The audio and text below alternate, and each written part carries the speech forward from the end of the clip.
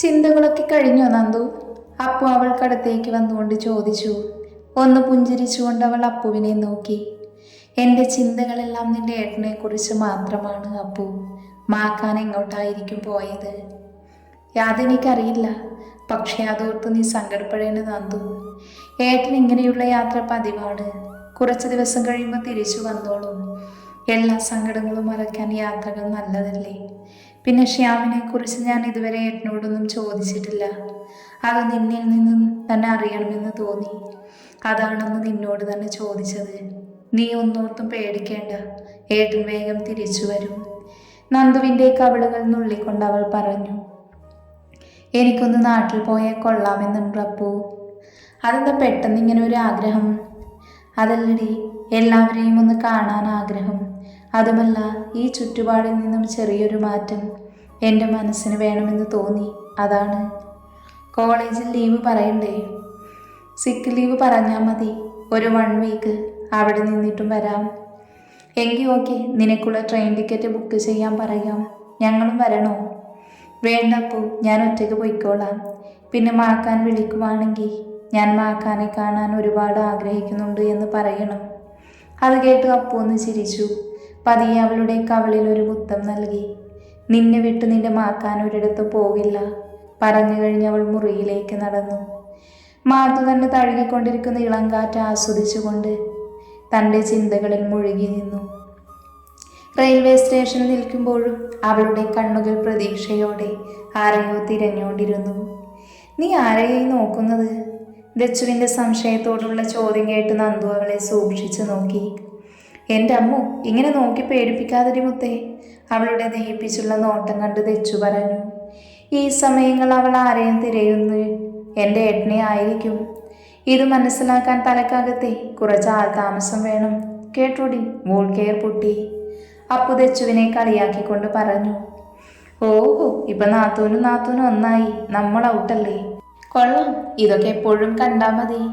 ഇടുപ്പിൽ കൈകൾ വെച്ച് അവൾ മുഖം കൂർപ്പിച്ച് നോക്കിക്കൊണ്ട് ദച്ചു പറഞ്ഞു. അല്ല, എന്താണിവിടെ? കാർത്തിയും ദാസും അങ്ങോട്ട് വന്നുകൊണ്ട് ചോദിച്ചു. ആ, വന്നു രണ്ടും. നിങ്ങളുടെ കൂടി കുറവുണ്ടായിരുന്നുള്ളൂ. ആ കോളം തികച്ചു. അപ്പു ഒരു ചിരിയോടെ പറഞ്ഞു. ദാസ് കയ്യിലിരുന്ന മിനറൽ വാട്ടറിന്റെ കുപ്പി നന്ദുവിൻ്റെ കയ്യിൽ നൽകി. അവളത് വാങ്ങിയെന്ന് ചിരിച്ചു. താങ്ക്സ് ദാസേട്ടാ. ദാസേട്ടാ, മാക്കാനെ വിളിച്ചു നോക്കിയായിരുന്നു? ഒരു പ്രതീക്ഷയോടെ അവൾ ചോദിച്ചു. ഞാൻ വിളിച്ചു നോക്കിയിട്ടുണ്ട്, ബട്ട് ഫോൺ സ്വിച്ച് ഓഫ് ആണ്. ദാസിന്റെ മറുപടി കേട്ട് അവളുടെ മുഖത്ത് ചിരി മെല്ലെ മാഞ്ഞു. ട്രെയിൻ പുറപ്പെടാനുള്ള അനൗൺസ്മെന്റ് കേട്ട് അവൾ അവരെ ഒന്ന് നോക്കി. എല്ലാവരോടും യാത്ര പറഞ്ഞ് ട്രെയിനിൽ കയറി. അപ്പോഴും ഒരു പ്രതീക്ഷയോടെ അവൾ തിരിഞ്ഞു നോക്കി. എല്ലാവരുടെയും സന്തോഷത്തോടെയുള്ള നിൽപ്പ് കണ്ട് മനസ്സിലെ സങ്കടങ്ങൾ മറച്ചു വെച്ചവൾ ഒന്ന് ചിരിക്കാൻ ശ്രമിച്ചു. ട്രെയിനിലെ വിൻഡോ സൈഡ് സീറ്റിൽ തലചേർത്തിരുന്നു. ഓരോ ഗ്രാമങ്ങളും കുന്നിൻ ചെരുവുകളും പുഴകളും താണ്ടി ട്രെയിൻ ഓടിക്കൊണ്ടിരുന്നു. അവൾ മെല്ലെ മിഴികളടച്ച് തൻ്റെ പഴയ ഓർമ്മകളിൽ ലയിച്ചു. വീട്ടിലെത്തിയത് നന്ദു ആവേശത്തോടെ കോളിംഗ് ബെല്ലടിച്ചു. ഡോറ് തുറന്ന് സീത നന്ദുവിനെ കണ്ട് അതിശയത്തോടെ നിന്നു. എന്താണ് സീതക്കുട്ടി ഇത്ര അത്ഭുതപ്പെട്ട് നിൽക്കുന്നത്?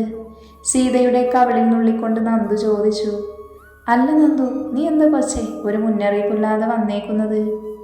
ഓഹോ, ഞാൻ വന്നതിനാണ് ഇപ്പോൾ കുറ്റം. എനിക്കിത് തന്നെ കിട്ടണം. ഇങ്ങനെ മിഴിച്ചു നോക്കി നിൽക്കാതെ വഴിയിൽ നിന്ന് മാറ്, മുണ്ടക്കൽ ശേഖരി. അവൾ സീതയുടെ തോളിൽ പതിയെ തള്ളി മാറ്റി മുറി ലക്ഷ്യമാക്കി നടന്നു. കുളിയെല്ലാം കഴിഞ്ഞ് ഫ്രഷായി ഫുഡ് കഴിക്കാനായി ഹാളിൽ വന്നു. ഇഷ്ടപ്പെട്ട എല്ലാ വിഭവങ്ങളും തീന്മേശയിൽ റെഡിയാക്കി വെച്ചിട്ടുണ്ട്. പക്ഷേ അതൊന്നും കഴിക്കാനുള്ള മാനസികാവസ്ഥയല്ലായിരുന്നു. അച്ഛൻ്റെയും അമ്മയുടെയും മുഖം കണ്ടപ്പോൾ എഴുന്നേറ്റ് പോകാനും തോന്നിയില്ല. പിന്നെ എന്തൊക്കെയോ കഴിച്ചെന്ന് വരുത്തി. നന്ദു, ക്ലാസ്സൊക്കെ എങ്ങനെ പോകുന്നു? കഴിക്കുന്നതിനിടയിൽ ദിനേശ് ചോദിച്ചു. അതൊക്കെ നന്നായിട്ട് പോകുന്നുണ്ട്. അല്ല, ബാക്കിയുള്ളവന് വരാതിരുന്നതെന്താ? എനിക്ക് നിങ്ങളെയൊക്കെ ഒന്ന് കാണാൻ തോന്നി, അതുകൊണ്ട് വന്നതാ. മറുപടി പറഞ്ഞവൾ കൈ കഴുകാനായി എഴുന്നേറ്റു. കുറേ നാൾക്ക് ശേഷം അമ്മയ്ക്കും അച്ഛനുമൊപ്പം അവരുടെ സ്നേഹ തലോടലേറ്റ് അവൾ മയങ്ങി. രാവിലെ എഴുന്നേറ്റ് അമ്പലത്തിലേക്ക് പോയി. ക്ഷേത്രത്തിനകത്ത് കയറിയപ്പോൾ തന്നെ അത്ര നേരം മനസ്സിലുണ്ടായ ഇരുള് കണ്ണിൻ്റെ കൈകളാൽ തുടച്ചു നീക്കിയതെന്ന് തോന്നി. കൈകൾ കൂപ്പി ഉണ്ണിക്കണ്ണൻ്റെ മുന്നിൽ മിഴികൾ അടച്ചു നിന്നു. അറിയാതെ തന്നെ മിഴിനീർ തുള്ളികൾ അതരങ്ങളെ തേടിയെത്തി. ക്ഷേത്രത്തിൽ നിന്നിറങ്ങിയപ്പോൾ തന്നെ അവളുടെ മനസ്സും ശാന്തമായി. വീട്ടിലെത്തി ബ്രേക്ക്ഫാസ്റ്റ് കഴിച്ച ശേഷം അവൾ സ്കൂട്ടിയുടെ കീയുമായി ഇറങ്ങി. എടി, ഹെൽമെറ്റ് എടുത്തില്ല. സീത ഹെൽമെറ്റുമായി അവൾക്കടുത്തേക്ക് വന്നു. നീ ഇതെങ്ങോട്ടാ നന്ദു? സീത സംശയത്തോടെ ചോദിച്ചു. ഞാൻ ശ്യാമിൻ്റെ വീട് വരെ പോകുക, ഈവനിങ് വരാം. അവൾ ഒരു പുഞ്ചിരിയോടെ മറുപടി നൽകി സ്കൂട്ടിയുമായി ഇറങ്ങി. ശ്യാമിൻ്റെ വീടിൻ്റെ ഗേറ്റ് കടന്നതും അവളുടെ നെഞ്ചിടിപ്പ് ഉയരാൻ തുടങ്ങി. അവൻ്റെ മരണശേഷം ആദ്യമായാണ് അവൾ അവിടെ പോകുന്നത്. പുറത്ത് അവളെ കാത്ത് സച്ചിദാനന്ദ് നിൽക്കുന്നത് കണ്ട് ഒരതിശയത്തോടെ അവൾ നോക്കി നിന്നു. സ്കൂട്ടി സ്റ്റാൻഡിലിട്ട് അവൾ സന്തോഷത്തോടെ അയാളുടെ അടുത്തേക്ക് ഓടി. അവളെ കണ്ടതും അയാൾ സ്നേഹത്തോടെ അവളെ വാരിപ്പുണർന്നു. എത്ര നാളുകളായി അച്ഛൻ്റെ മോളി ഒരു നോക്ക് കണ്ടിട്ട്? സച്ചിദാനന്ദ് അവളുടെ നെറ്റിയിൽ ചുംബിച്ചുകൊണ്ട് പറഞ്ഞു. അയാളിൽ നിന്നും ഒഴുകിയെത്തിയ കണ്ണുനീർ തുള്ളികൾ അവളുടെ നെറ്റിയിൽ പതിച്ചു. കരയില്ലേ അച്ഛ? അയാളുടെ കണ്ണുനീർ തുടച്ചുകൊണ്ട് നന്ദു പറഞ്ഞു. മോൾ അകത്തേക്ക് വായോ. അവളെ ചേർത്ത് പിടിച്ചുകൊണ്ട് അയാൾ അകത്തേക്ക് പോയി. അവൾ ചുറ്റുമൊന്ന് കണ്ണോടിച്ചു. വീടിനാകെ ഒരു മാറ്റം വന്നതുപോലെ അവൾക്ക് തോന്നി. എന്താ മോളെ ഇങ്ങനെ നോക്കുന്നത്? അവളുടെ നോട്ടം കണ്ട് അയാൾ ചോദിച്ചു. അല്ലച്ചാ, ആകെ ഒരു മാറ്റമാണല്ലോ ഇവിടെ. അവൾ ചുറ്റും കണ്ണോടിച്ചുകൊണ്ട് പറഞ്ഞു. ചില കാര്യങ്ങളൊക്കെ നടക്കാൻ പോവുകയല്ലേ, അതുകൊണ്ട് കുറച്ച് മാറ്റം വരുത്തി. എന്തു കാര്യം? സംശയഭാവത്തോടെ അവൾ അയാളെ നോക്കി ചോദിച്ചു. അല്ല, ഞാൻ ഇങ്ങോട്ട് വരുമെന്ന് അച്ഛൻ എങ്ങനെ അറിയാം? അതൊക്കെ എനിക്കറിയാം മോളെ, ഒരു ചിരിയോടെ അയാൾ മറുപടി നൽകി. അച്ഛാ, ഞാൻ ശ്യാമിൻ്റെ മുറി വരെ ഒന്ന് പോയിട്ട് വരാം, അവൾ തിടുക്കത്തോടെ പറഞ്ഞു. അതൊക്കെ പിന്നെ പോകാം, ഒരുപാട് സമയം ഇനി അതിനുണ്ടല്ലോ. അതിനു മുൻപേ നമുക്ക് ഒരിടം വരെ പോകാനുണ്ട്. എവിടെയാ അച്ഛാ? അതൊക്കെ പിന്നെ പറയാം, മോള് വാ. അയാൾ അവളുമായി കാറിൽ കയറി. യാത്രയിലുടനീളം അവർ പരസ്പരം ഓരോ വിശേഷങ്ങൾ പറഞ്ഞുകൊണ്ടിരുന്നു. ഒരു ഭീമകാരമായ ഗേറ്റിന് മുൻപിൽ കാറ് നിർത്തി. അച്ഛൻ ഇറങ്ങാനായി പറഞ്ഞതും അവളൊരു സംശയത്തോടെ അയാളെ നോക്കി. മടിച്ചു നിൽക്കാതെ ഇറങ്ങുമോളെ. അവൾ ഡോറ് തുറന്നിറങ്ങി. ചുറ്റും ഒരുപാട് മരങ്ങൾ നട്ടു വളർത്തിയിരിക്കുന്നു. ഓരോ മരച്ചുവട്ടിലും തറയിലും പ്രായമായ അപ്പൂപ്പന്മാരും അമ്മൂമ്മമാരും ഇരിക്കുന്നു. മുറ്റത്ത് സന്തോഷത്തോടെ ഓടിക്കളിക്കുന്ന കുട്ടികളെ അവൾ കൗതുകത്തോടെ നോക്കി നിന്നു. മോളെന്താ നോക്കി നിൽക്കുന്നത്? അയാൾ അവളുടെ കൈപിടിച്ച് മുന്നോട്ട് നടന്നു. അവളെ കണ്ടതും എല്ലാവരും സന്തോഷത്തോടെ അവൾക്കടുത്തേക്ക് വന്നു. നന്ദു ചേച്ചി. ചുറ്റും കൂടി നിൽക്കുന്നവരിൽ നിന്നും ഒരു കുഞ്ഞുകുട്ടി അവളെ നോക്കി കൊഞ്ചലോടെ വിളിച്ചു. എൻ്റെ പേര് എങ്ങനെ അറിയാം? അവളൊരു സംശയത്തോടെ സച്ചിദാനന്ദനെ നോക്കി. ഇത് ഞങ്ങളുടെ ആശ്രമമാണ് മോളെ. ഇവിടെയുള്ള ഓരോ മണൽത്തരിക്ക് പോലും മോളെ അറിയാൻ പറ്റും. കാരണം നീ എൻ്റെ മകൻ്റെ ജീവനായിരുന്നു. അത് കേട്ടതും അവളുടെ മനസ്സിൽ ശ്യാമിൻ്റെ ഓർമ്മകൾ മിന്നിമാഞ്ഞു. മോൾക്ക് സുഖാണോ? കൂട്ടത്തിൽ പ്രായം ചെന്നൊരു സ്ത്രീ അവളുടെ കവിളിൽ തലോടിക്കൊണ്ട് ചോദിച്ചു. സുഖാണ്, അവൾ മറുപടി നൽകി. എൻ്റെ ശ്യാമോൻ്റെ ആഗ്രഹമായിരുന്നു മോളെ ഇത്. ആരുമില്ലാത്തവർക്കൊരു തണൽ നൽകുക. ഇവരാരും അനാഥരാണ് എന്ന് തോന്നാതിരിക്കാനാണ് ഇവിടെ അനാഥാലയമെന്നോ വൃദ്ധസദനമെന്നോ ബോർഡ് വയ്ക്കാത്തത്. ഇവിടുത്തെ ഓരോ പുൽക്കൊടിക്കും എൻ്റെ ശ്യാമോൻ്റെ ഗന്ധമാണ്. അവൻ്റെ അവധി ദിവസങ്ങളെല്ലാം ഇവരോടൊപ്പമാണ് ചിലവിടുന്നത്. ആർക്കും വേണ്ടാതെ വലിച്ചെറിയപ്പെടുന്നവർക്ക് വേണ്ടി അവൻ നിർമ്മിച്ച തണൽ മരമാണിത്. എല്ലാ കുട്ടികളും തൻ്റെ ബർത്ത്ഡേക്ക് ഗിഫ്റ്റുമായി എന്തു ചോദിക്കും? കുറേ കാറോ അല്ലെങ്കിൽ ഫോണോ, ട്രിപ്പ് പോകാനും ട്രീറ്റ് കൊടുക്കാനുമുള്ള ക്യാഷോ ചോദിക്കും. എന്നാൽ എൻ്റെ ശ്യാമോന് അവൻ്റെ 7 വയസ്സിൽ ഗിഫ്റ്റായി ചോദിച്ചത് ഇതാണ്. ആരുമില്ലാതെ അനാഥരായി പോകുന്നവർക്ക് ഒരു തണൽ നൽകാൻ കഴിയണം. ഒരു വയറിൻ്റെയെങ്കിലും വിശപ്പടക്കാൻ കഴിയണം. ഇതൊക്കെയാണ് ഇത്രയും സമ്പന്നനായ സച്ചിദാനന്ദൻ്റെ മകൻ അവൻ്റെ പിറന്നാളിന് ഗിഫ്റ്റായി ചോദിച്ചത്. സത്യം പറഞ്ഞ ആ നിമിഷത്തിൽ എനിക്ക് എന്നോട് തന്നെ പുച്ഛം തോന്നിപ്പോയി.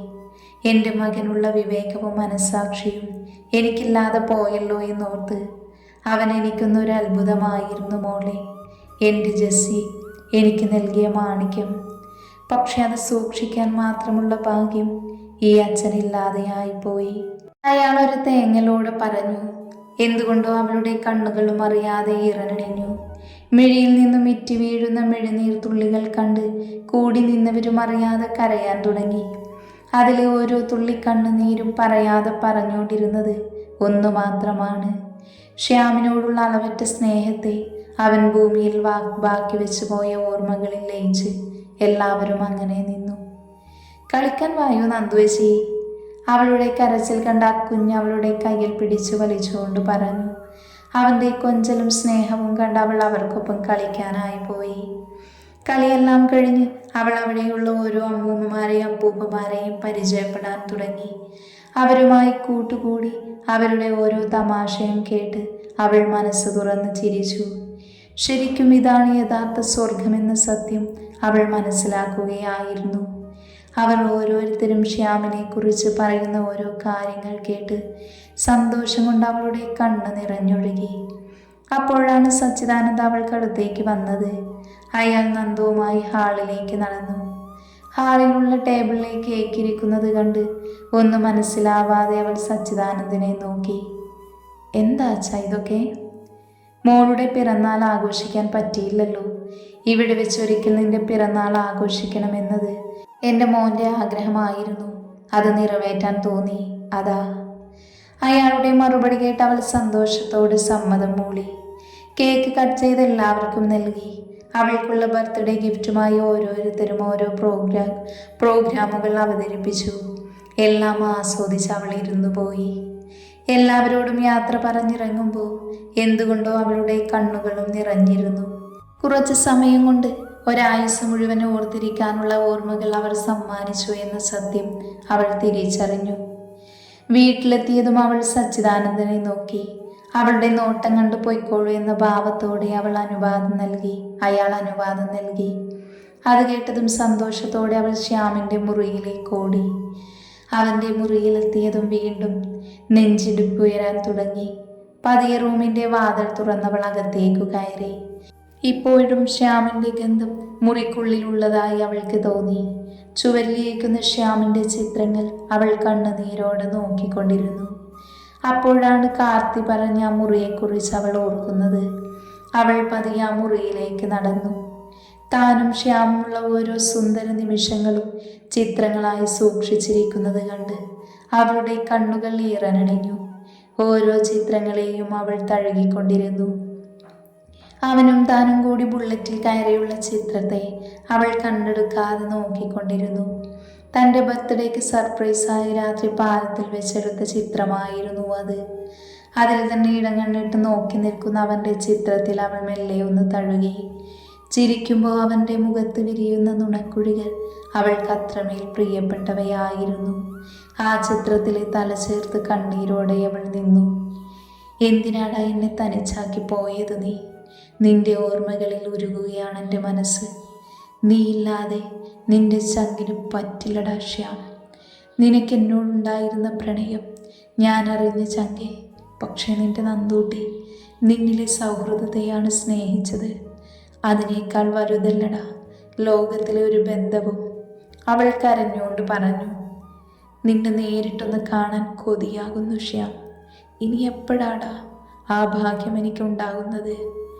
മെല്ലെ മിഴികൾ തുടച്ചവൾ ആ ഫോട്ടോയിൽ ഒന്ന് നോക്കി. മാക്കാനിലൂടെ നിന്റെ കണ്ണുകളിൽ ഇന്നും കാണുന്നുണ്ട് ചങ്കെ. അതറിഞ്ഞപ്പോൾ ഞാൻ എന്തുമാത്രം സന്തോഷിച്ചു എന്ന് നിനക്കറിയുമോ? എനിക്കത് മതി. നീ എൻ്റെ ഒപ്പം എന്നും ഉണ്ടാകുമല്ലോ. അവൾ കരഞ്ഞുകൊണ്ട് താഴേക്കിരുന്നു. സന്ധ്യയ്ക്ക് ശ്യാമിൻ്റെ അസ്ഥിത്തറയിൽ വിളക്ക് കൊളുത്തി അവൾ മിഴികൾ അടച്ചു നിന്നു. നന്ദു, ഒരു വിളി കേട്ട് അവൾ തിരിഞ്ഞു നോക്കി.